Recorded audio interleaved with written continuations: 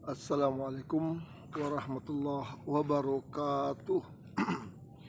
Innal hamdalillah nahmaduhu wa nasta'inuhu wa nastaghfiruh wa na'udzu billahi min sururi anfusina wa min sayyiati a'malina.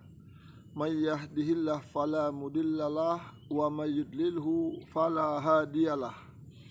Ashhadu an la ilaha illallah wahdahu la syarikalah wa ashhadu anna Muhammadan abduhu wa rasuluh alladzi la nabiyya ba'dah. Alhamdulillah, puji dan syukur marilah kita ucapkan kehadirat Allah Subhanahu wa taala, serta salawat dan salam marilah kita tujukan kehadirat Rasulullah sallallahu alaihi wasallam, kepada keluarganya, sahabat-sahabatnya, dan orang-orang yang telah mengikuti sunnahnya sampai hari kiamat. Jemaah kaum muslimin yang dimuliakan oleh Allah Subhanahu wa taala, banyak pertanyaan dari kita di kalangan kaum muslimin. Masih banyak yang bertanya tentang apakah jin itu bisa mengganggu manusia, atau seperti apakah jin itu. Maka pada kesempatan ini kita akan jelaskan bahwa kata jin itu berasal dari bahasa Arab yang maknanya sesuatu yang tidak terlihat atau tersembunyi. Dikatakan seperti itu karena zatnya yang tidak terlihat oleh mata. Pecahan kata jin dapat pula menjadi janin. Janin adalah cikal bakal manusia yang ada dalam rahim ibu, yang juga tidak dapat terlihat langsung kecuali dengan kita menggunakan alat bantu. Jemaah yang dimuliakan oleh Allah Subhanahu wa taala, definisi jin secara istilah adalah arwah atau jiwa yang memiliki akal, yang mendapat beban kewajiban ibadah yang disebut dengan taklif seperti manusia.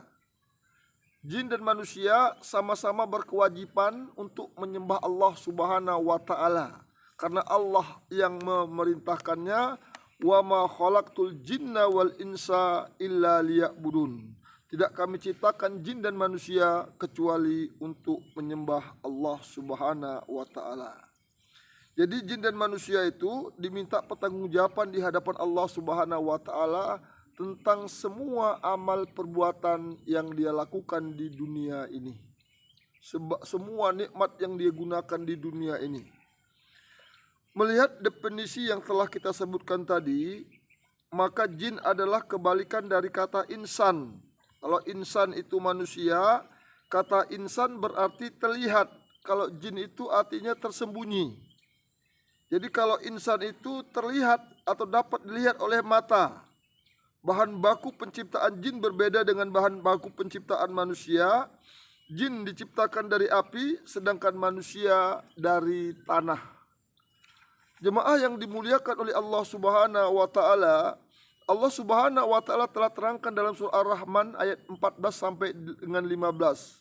Wa khalaqal janna min ma'arijim min nar.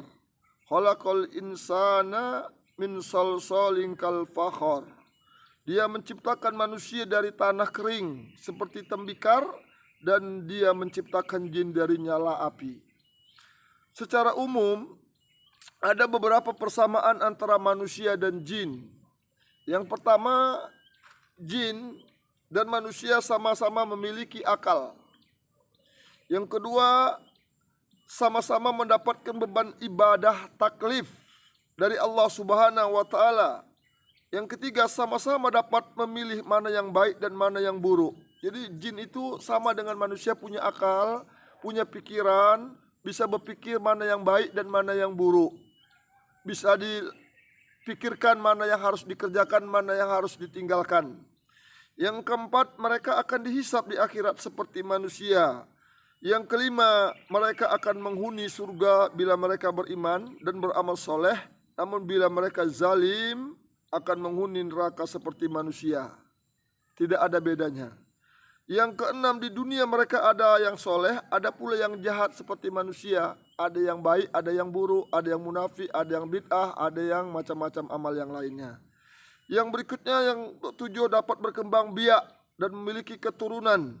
Yang kedelapan, mereka memiliki sifat seperti manusia, seperti senang, susah, kuat, lemah, kaya, miskin, dan lain-lainnya. Sebagaimana yang terjadi bagi manusia, terjadi juga bagi bangsa jin.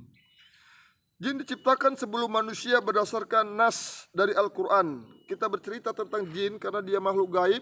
Kita butuh dalil, nas dari Al-Quran dan sunnah Nabi SAW.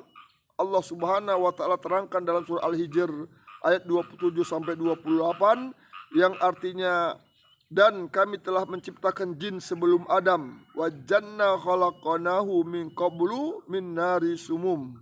Dan kami telah menciptakan jin sebelum Adam dari api yang sangat panas.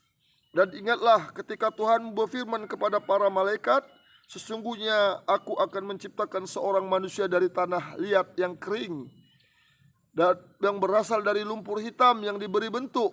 Ini yang diterangkan oleh Allah Subhanahu wa Ta'ala tentang bentuk asal muasal kejadian jin dan kejadian manusia. Jemaah yang dimuliakan oleh Allah Subhanahu wa Ta'ala, semoga ada manfaatnya kepada kita semua ya, menambah ilmu pengetahuan kita sedikit tentang permasalahan ini. Kepada Allah kita mohon ampun. Assalamualaikum warahmatullahi wabarakatuh.